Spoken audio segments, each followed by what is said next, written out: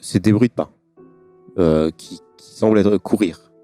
Et surtout, tu sens une odeur que tu n'aimes pas du tout. Une odeur nauséabonde de peut-être poisson. Ah bah je pense que je panique, il y a clairement une attaque en cours là. Vous entendez pas ça là? Vous sentez pas là? Alors, vous entendez des bruits de pas derrière vous, en effet. Je me retourne pour voir. Mhm. Il y a Kevin qui marche derrière vous. Enfin, qui arrive derrière vous. Bon bah, je me retourne parce que j'ai pas envie de le voir. C'est tout? Ah, ok. Bon bah autant ça- pour moi. Ça va, Benjamin? Oh non, excuse-moi, Ouais. j'ai paniqué un peu. T'es peut-être tendu, je sais pas. Ouais, après, je comprends. Enfin, je veux dire, il est pas très sympa. Il y a Kevin, du coup, qui arrive et qui dit bon, vous avez bientôt fini avec les sacs parce que le mien, la dernière fois, a été déchiré. Voilà quoi. Enfin, est-ce que vous avez fini le mien? Il fait oh, Kevin, tu m'énerves, hein? Va-t'en, c'est bon. Et vous voyez Kiki, vas-y, Kiki, va le voir là, vas-y. Et il fait bon, c'est bon, j'y vais. Et il s'en va. Et vous voyez aussi Kiki qui part derrière lui. C'est un bon chien, Kiki. Moi, je l'aime déjà. Il me fait de la peine et je l'aime déjà. Je compatis pour cet animal. Après, Vraiment, il me fait mourir de rire. mais la question, c'est, est-ce que tout le monde est comme ça parce que Kevin n'est pas sympa avec eux ou est-ce que c'est l'inverse? Parce que franchement, Ça se trouve, il y a juste tout le monde qui est pas sympa avec Kevin, ouais. S'il faut, c'est juste la victime du village, Kevin.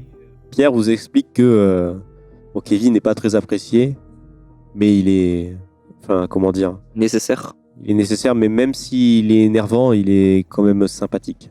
Bah, il fait quand même partie du groupe, quoi. Ouais, voilà. Et c'est pas un mauvais bougre. Ça qu'il essaie de dire, c'est que J'en doute pas, de toute façon. Voilà. J'ai rien contre lui directement. C'est juste que tant qu'il me regardera comme ça, je tiens pas à croiser son regard de toute façon.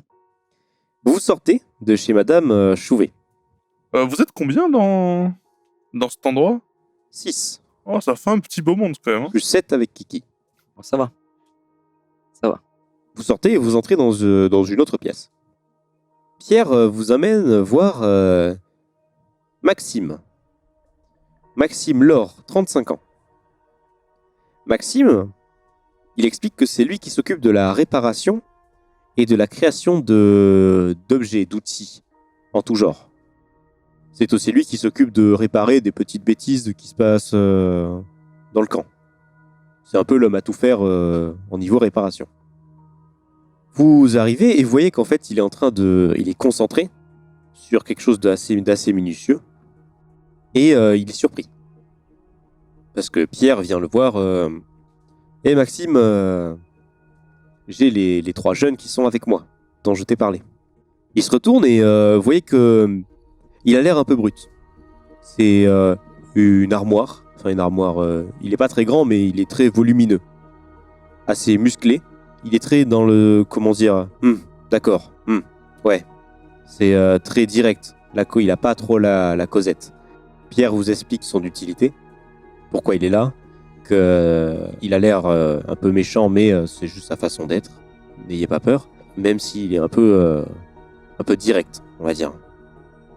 Je vais essayer de me rapprocher et de lui tendre la main, tout en lui disant bonjour, pour prendre un peu la température. Alors, il a un espèce de gant en cuir, parce qu'il avait l'air de toucher quelque chose, de manipuler quelque chose d'assez chaud. Il décide de l'enlever et de te serrer la main. Enchanté, Maxime. Alors, il ne te serre pas la main pour vraiment te serrer la main, il te serre la main pour te rapprocher de lui. Ah. Et fais-moi un jet de dés. 64. Tu prends un petit coup de pression. Il te regarde et vous regarde, vous tous, et il vous dit, pour rester ici, vous allez devoir bosser. Ici, on n'accepte pas les branleurs. Je serai le premier à vous virer si vous ne servez à rien. Ici, tout le monde s'entraide, et des gens qui ne font rien ne sont pas acceptés. Bah, j'interviens. Je flippe un peu parce qu'il doit faire 2 mètres de plus que moi. Mais je pose ma main sur son bras qui tient mon frère. Et je lui fais bon, écoutez, calmez-vous. Si on est là, on va bosser, on va pas rien faire. Mais soyez un peu plus généreux, s'il vous plaît. De toute façon, moi, après ça, je tourne les talons, je secoue un peu ma main. Je vais me cacher derrière Anna en grommelant un peu, en secouant ma main et en marmonnant dans ma barbe, en chantant. Ouais. Quand tu lui dis ça, Benjamin, de se calmer et tout ça, il te regarde d'un coup, un peu droit, sec, énervé. Il se remet droit et se remet à travailler. Eh bien, on va pas vous embêter plus longtemps, alors? Ouais. J'aime bien ce type. Vous partez d'ici, Pierre dit, bon, il est un peu brut, mais il est pas méchant. Moi, je vais voir par-dessus l'épaule d'Anna de toute façon, avec un regard un peu méchant, tu sais, genre confrontation, mais en même temps derrière Anna, quoi. Et vous l'entendez au loin juste dire des mots comme « Vous allez pas faire long feu ici si vous ne faites rien du tout. Vous avez intérêt à bosser. Non, mais nous saoulez pas avec ça, on a dit qu'on allait bosser. Mais attends, mais il nous parle à nous toujours ou il parle tout seul là ?» Ah, il a l'air de parler... En fait, c'est ça, vous êtes un peu loin, il a l'air de râler tout seul. Je fais le signe avec ma main un peu, tu sais, la branlette, quoi. Je fais le signe comme ça, genre c'est un branleur, le type. Ah bah il a l'air de bosser quand même lui, mais... Ouais, moi je sais pas, j'aime bien. Je trouve qu'il est clair. Non, mais c'est un branleur mental. Ah oui, ça oui, d'accord. Ensuite, vous changez de pièce. Il vous montre une zone où c'est un petit feu qui est fait avec une marmite. Et il vous dit voici Jade. Jade Céladone. Jade Céladone, 27 ans. Alors, elle vous regarde et Pierre vous la présente. Elle a l'air, comment dire, pas enjouée, mais pas, mais en même, enfin neutre, un peu timide. Elle dit qu'elle est contente que vous soyez là, qu'elle espère que vous allez rester si vous pensez que être bien ici, et elle serait ravie de vivre avec vous. C'est toujours mieux que d'être seule et tout ça, quoi. Donc, après ça, elle vous explique rapidement son utilité. Elle vous dit qu'elle s'occupe des plantations ici, des plantations qui sont exclusivement des champignons, vu que nous sommes sous terre, et qu'elle s'occupe de la cuisine du camp. C'est elle qui fait la nourriture pour tout le monde, qui gère les stocks, qui gère juste la nourriture et tout ça. Elle fait souvent des commandes évidemment à Pierre, qui va essayer de ramener le plus de nourriture possible. Mais pas que, aussi de la terre, des choses basiques qui peuvent aider aux plantations. Faites-moi un G de dés. Tous. 80. 80. Pour toi, rien du tout. 7. 7. Et 31. 31. Alors, Anna et Frédéric, il y a quelque chose qui vous gêne chez elle. C'est son odeur. Elle a une forte odeur de plantation. Donc, normal.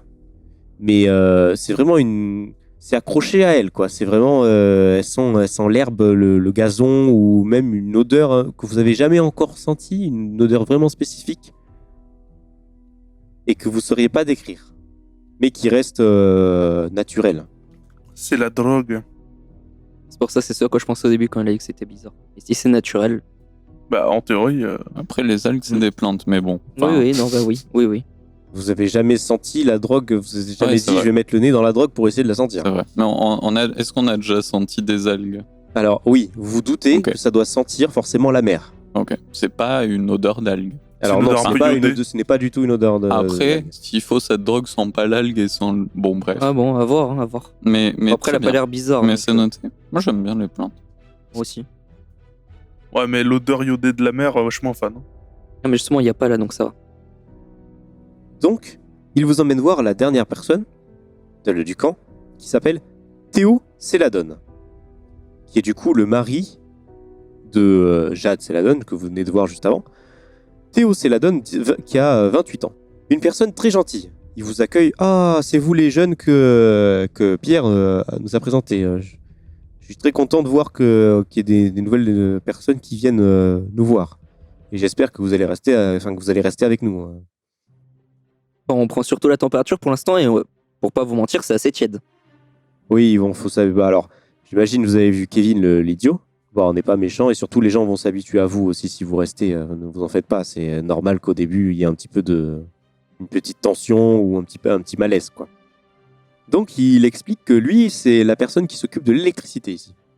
C'est la seule personne qui sait gérer ça, qui sait s'occuper de ça. Il gère les batteries Et surtout, c'est lui qui s'occupe de pédaler, puisqu'il a mis en place un système de recharge grâce à un vélo et des batteries. Donc, il passe une partie de la journée à essayer de recharger les batteries, à s'occuper de faire de tout ça, et surtout de gérer les problèmes et faire des commandes à Pierre pour essayer d'améliorer la vie dans le camp. Et aussi de créer d'essayer de créer des ustensiles électroniques, des choses qui peuvent être utiles. Du coup, il y a que vous qui rechargez les batteries ou vous le faites à tour de rôle? Ah non, il y a que moi, c'est mon rôle. Moi, je m'occupe de l'électricité, et puis de toute façon, il y a que, je suis jeune. Même si Maxime, qui s'occupe de réparer les objets et tout ça, lui est encore aussi un peu jeune. Chacun a son travail. Moi, le mien, c'est ça. Il est fatigant, mais il est nécessaire. Et de toute façon, il n'y a que moi qui sais gérer ça. Bah, bonne chance à vous. Bon, pour pédaler, non, mais on va dire que si je devais juste m'occuper de l'électricité, je passerais le plus clair de mes journées à rien faire. Donc bon, autant que... Enfin, quand il y a des problèmes, je les règle, mais quand tout marche, tout marche. Donc, Bon, en même temps, on va pas demander à Madame Chauvet de faire le vélo, je pense. Hein. Ah non.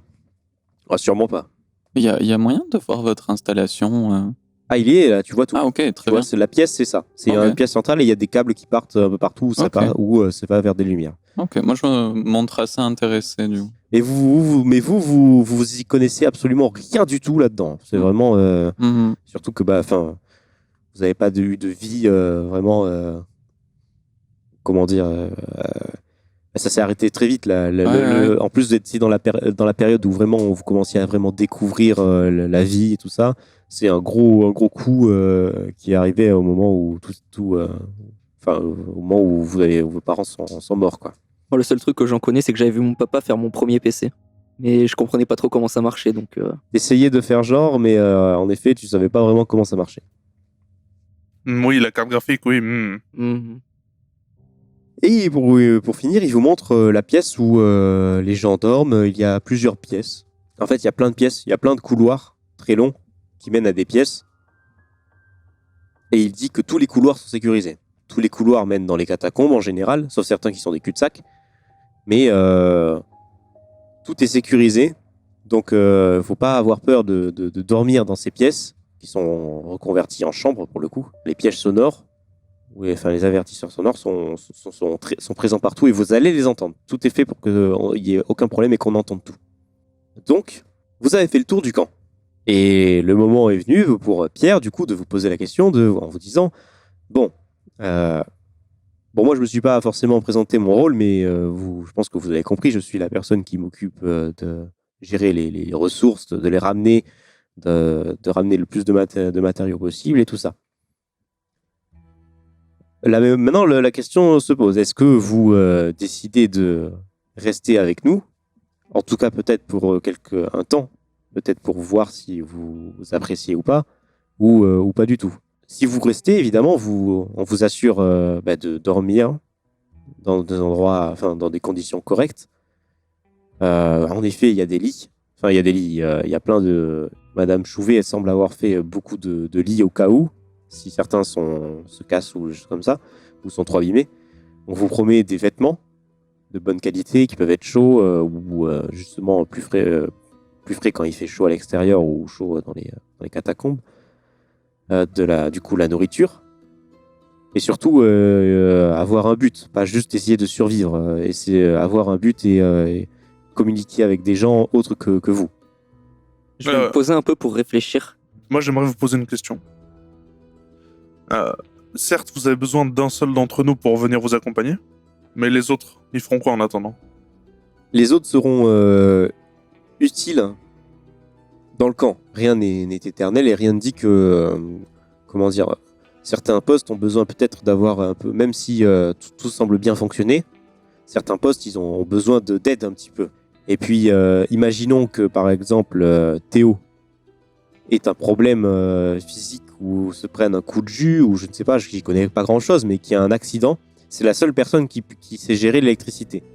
Donc, actuellement, personne ne peut être formé, puisque tout le monde travaille et tout le monde fait des choses, à part peut-être Kevin, qui des fois ne branle rien. Mais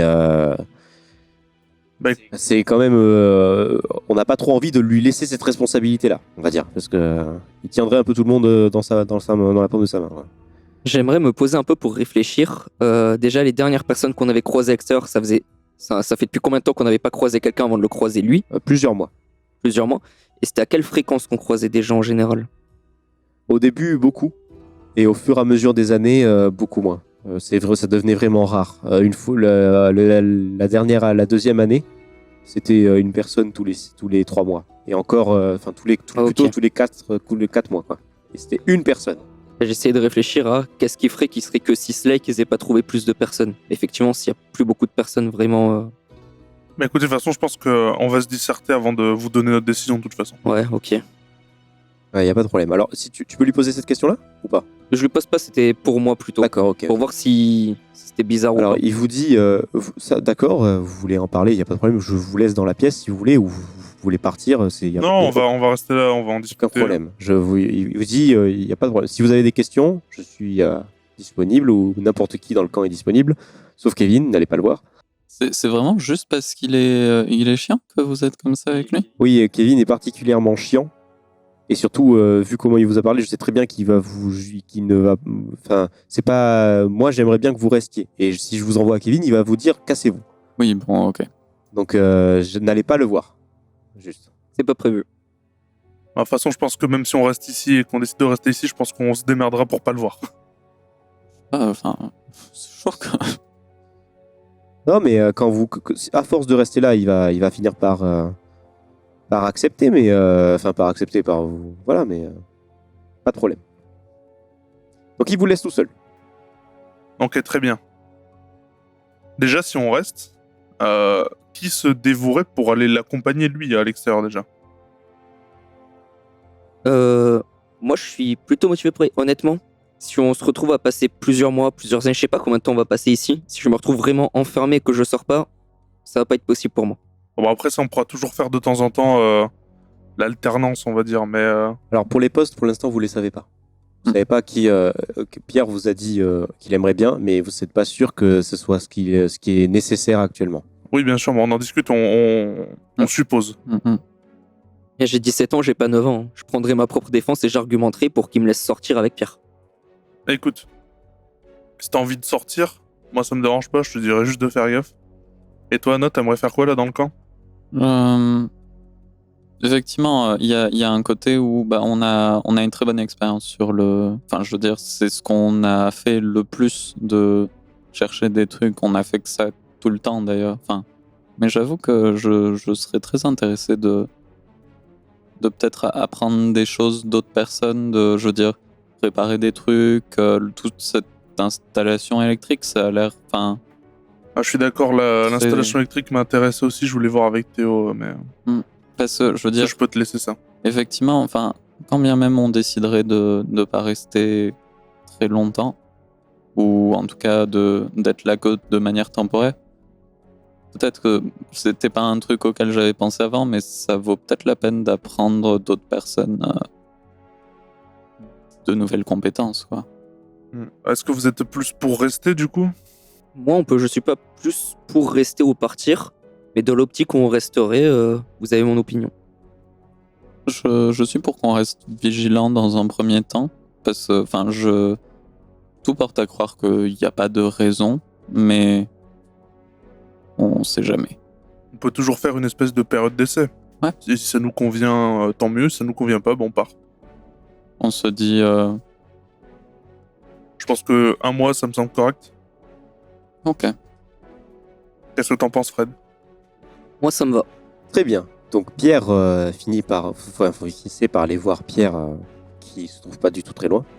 Quand on lui parle et qu'on lui dit qu'on reste, par contre, je lui dis que, pour ma part, je pose une condition non négociable, c'est qu'on me laisse venir sur les expéditions en extérieur avec lui. Pierre te dit très clairement, ça tombe bien parce que c'est toi que j'aurais choisi pour sortir. Je jubile intérieurement. Ça ne me pose pas de problème, mais je voudrais simplement savoir pourquoi. Parce qu'il avait l'air de vous observer énormément et que s'il est intéressé par ça, c'est qu'il est motivé à bien faire. Ok, très bien. Ça tombe bien pour ma part, j'étais pas très chaud pour faire ça tous les jours, justement. Alors, il y a justement, ça tombe bien, il y a 3 postes, on va dire, à prendre. Donc, allez avec Pierre. Donc, ça tombe bien puisque c'est Frédéric que Pierre voulait prendre. Benjamin, Pierre t'impose d'aller avec Maxime. Maxime qui est la personne qui s'occupe de réparer les objets, la personne qui est un peu brute. J'allais proposer pareil. Pour le tenir un peu à l'œil, ça m'a pas plu qu'il parle comme ça, mais il doit avoir une raison et je comprendrai cette raison. Non, ça a l'air très intéressant ce qu'il fait en plus. Enfin, je veux dire, ouais. Et ensuite, Anna, Mhm. Pierre t'impose d'aller avec Théo, puisqu'il faut absolument quelqu'un qui sache utiliser Mhm. le matériel en plus de Théo, électrique. Et donc à partir de maintenant, je vais vous prendre pour la 2e fois à part, pour vous expliquer ce qui va se passer avec ces personnes, et des petites informations en plus. Et on va commencer avec Benjamin. Benjamin, tu travailles avec Maxime depuis maintenant 2 semaines. Il est dur, mais... Enfin, il est dur. Maxime est dur avec toi. Mais tu comprends rapidement que il n'est pas méchant. C'est vraiment sa façon de faire. C'est une personne qui est Brut du coup. brute, un peu brute, mais il est très fort dans ce qu'il fait. Ça a l'air d'être quelqu'un de très manuel, qui sûrement avant tout ça était déjà manuel et professionnel à ce niveau-là. C'est sa manière de faire et il t'enseigne toutes ses techniques et astuces. C'est un peu tremblant ce que tu fais, tout n'est pas parfait, mais tu apprends à faire. Et il est extrêmement patient avec toi. C'est étonnant parce qu'il avait pas l'air patient du tout. C'est ça, c'est un peu bizarre. Tu vois qu'il est pas méchant. Il est vraiment agréable. Des fois, il y a des petits moments de sympathie entre vous. Tu finis, en fait, tu vois que il commence il t'apprécie beaucoup, mais il le dit pas, en fait, il le montre pas. Au bout de 2 semaines. Et toi, un peu secrètement aussi, tu commences vraiment à bien aimer Maxime. De toute façon, s'il est vraiment comme ça, il n'y a pas de raison que je l'aime pas. Donc la petite tension qu'il y avait au début et la petite engueulade finit que vous vous comprenez, vous êtes tous les deux... vous vous appréciez, voilà. Et tu remarques quelque chose aussi. C'est qu'à force de le connaître, tu connais ses réactions et tout ça. Quand il parle à Kevin et à Pierre, et même à Jouvet, il n'y a pas de problème. Mais tu vois que il a l'air de souvent porter ses yeux sur Jade. Comment il porte ses yeux, je veux dire. Tu saurais pas vraiment dire, mais t'as l'impression que ça l'intéresse, quoi. Il a remarqué que je l'avais remarqué ou... Non. Et quand Théo, du coup, le salue, il lui parle pas du tout de la même manière qu'avec les autres. Il est beaucoup plus méchant, sec. Il a l'air de... Fais un petit jet pour voir. 48. Il y a un petit peu de jalousie. Ça, je l'avais compris. Toi, durant cette nuit, tu seras en train de dormir. Pendant que tu seras en train de dormir, bon, tu as toujours ce petit problème de sentir des odeurs qui n'existent pas. D'ailleurs, ça t'arrive souvent. Quand tu construis des objets, ça te perturbe parce que tu te remets à retourner et tu te retournes et tout ça. Maxime te comprend pas vraiment. Et personne n'a l'air vraiment de comprendre ce qui se passe. Et pendant cette nuit-là, tu entends que Frédéric, en train de dormir à côté de toi, a l'air... Tu es en train de dormir, mais tu entends vite fait. A l'air de faire de bouger, quoi. Il a l'air... il est pas à l'aise, quoi. Il dort pas bien. Enfin, tu le regardes pas, mais il y a des mouvements. Et tu sens une odeur, encore une fois, dans la pièce dans laquelle tu es. Cette odeur que tu avais sentie la dernière fois de poisson, de mer. J'ai moins d'identifier d'où ça vient pour voir si Impossible, c'est... non. Ah C'est non, c'est vraiment, t'as impossible. l'impression que c'est partout, mais vu que c'est dans le noir, en plus, tu comprends rien et tout ça. Mais ça part très vite. C'est impossible de savoir si c'est moi ou si c'est vraiment le cas en plus. Exactement. Mais cette odeur-là, elle vient régulièrement dans le camp. Pour toi. Et c'est cette odeur que j'avais même avant ou c'était souvent que celle-là même Ça avant. t'arrive, oui. Ça t'arrivait de le faire, mais c'est plus fréquent. Mais il y a que cette odeur à chaque fois. Ouais, c'est souvent... Enfin, il y a d'autres odeurs, mais celle-là, elle revient très souvent. Tu sais que c'est une odeur que tu associes en général à ces monstres. Tu sais pas si c'est ton cerveau qui te fait un coup de pression en mode est-ce qu'il y en a un et tout ça ou pas. Dans un sens, c'est aussi un petit truc d'alerte qui t'aide à savoir si, qu'il y a quelque chose autour, quoi. Ça me permet de rester à l'affût, quoi. Ouais, c'est ça. Alors là, dans 99,9% des cas, c'est Il y a du rien. tout. Voilà, Mais le jour où ce sera vraiment le cas, je serai préparé. exactement. Donc, voilà pour toi. Anna, tu travailles avec Théo. Théo, du coup, qui s'occupe de l'électricité. Alors, c'est une personne très gentille, hein, qui est très patiente et qui essaie de t'expliquer la logique de tout ça et qui te montre régulièrement comment construire et réparer les installations. Donc, c'est pas facile puisque tu n'as jamais fait ça de ta vie. Et surtout, ça fait 2 semaines maintenant que tu fais ça. Donc, tu comprends la logique de l'électricité, tu sais réparer vite fait des petites pannes et tout ça, voilà. Mais ça reste un petit peu dangereux, tu restes encore t'as un petit peu peur, parce que tu t'es déjà pris 2-3 coups de jus et voilà. Mais ça va, tu commences à comprendre comment ça marche. Tu saurais pas réparer parfaitement si la batterie explose, par exemple. Après, je pense que même Théo ne saurait pas réparer une batterie qui explose, mais s'il y a un vrai problème avec ça, il faudrait comprendre où est la panne, et là, ce serait un peu compliqué pour réparer. Et du coup, il te montre surtout comment fabriquer et s'adapter avec les objets que Pierre, et du coup maintenant aussi Frédéric, ramènent. Donc, grâce à ça, tu commences à comprendre un peu comment tout fonctionne, mais fais-moi un petit jet de dés. 27. Alors, il y a un petit truc qui te chiffonne, c'est que tu commences à comprendre comment ça marche. Et donc, tu comprends la logique des câbles où vont pour aller chercher les lumières et tout ça. Mais il y a un câble, tu comprends pas qu'est-ce qu'il fait. Qu'est-ce qu'il fait là? Tu sais pas vraiment s'il emmène de l'électricité, s'il en envoie, c'est bizarre, tu comprends pas vraiment. Et il a l'air de partir dans une zone que tu ne connais absolument pas. Et où Théo t'a dit qu'il faut éviter d'y aller, parce qu'elle est sécurisée, mais pas autant que les autres. Ok, mais il sert à quoi du coup le. Ce câble, Ouais. alors fais-moi un jet de dés pour voir sa réaction est 11. 11.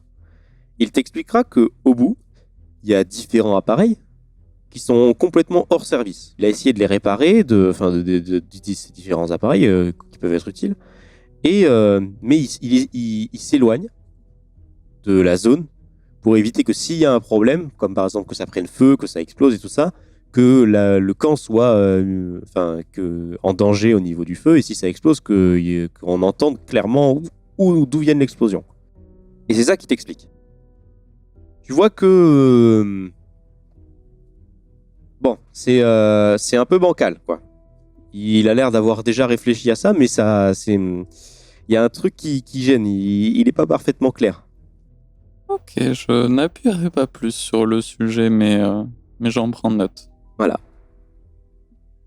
Et la même journée, tu poses cette question, tu aperçois en fait, pendant que tu es en train de pédaler, pour le coup, que Théo rencontre Madame Chouvet et il s'éloigne un petit peu, tu les vois au loin, et tu vois qu'ils ont une petite conversation un petit peu, ils essaient discret. Et de ce que tu vois, Théo n'a pas l'air de faire le malin. Elle a l'air de lui parler d'un truc sur un ton pas très agréable, et Théo ne rétorque pas, ne dit rien, il dit oui de la tête, et voilà. Ça dure 1 minute, et Théo revient. Voilà.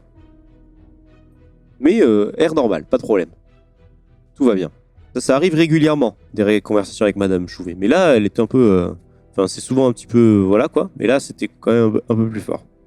Tu vois aussi, également, énormément Kevin, qui vient régulièrement vous insulter d'incapable, disant que votre travail n'est pas compliqué, que n'importe qui pourrait le faire, et que pédaler sur un vélo, c'est vraiment...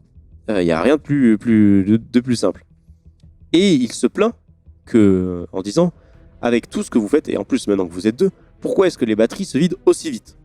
C'est pas normal que les lumières vacillent, surtout que maintenant en plus que vous êtes deux.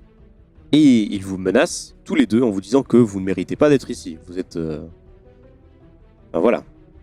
Kevin est toujours extrêmement gentil. Je pense juste que la première fois où il sera venu pour me dire ouais, tout le monde peut le faire de pédaler sur un vélo, je serais descendu du vélo pour lui dire bah vas-y. Quand tu fais ça, il fait non mais j'ai des choses à faire. Et il s'en va. Ouais. Voilà. Mais je note.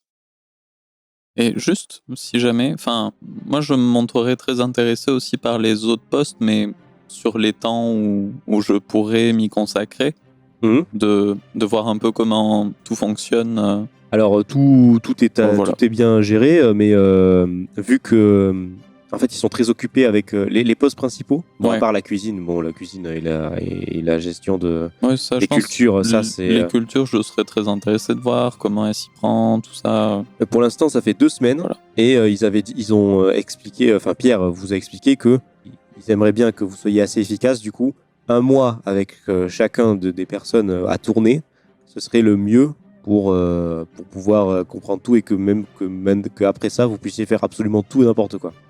Ouais, ok.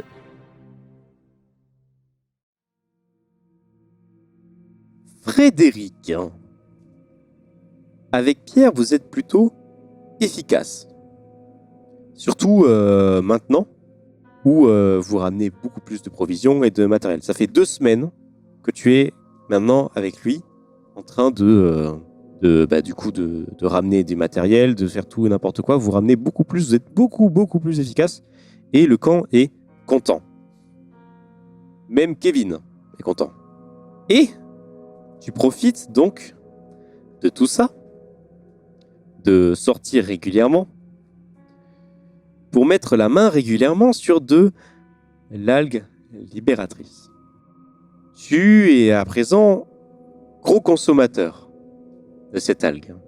Tellement que un jour, lors d'une sortie avec Pierre, tu tomberas sans le vouloir nez à nez avec une créature, face à face.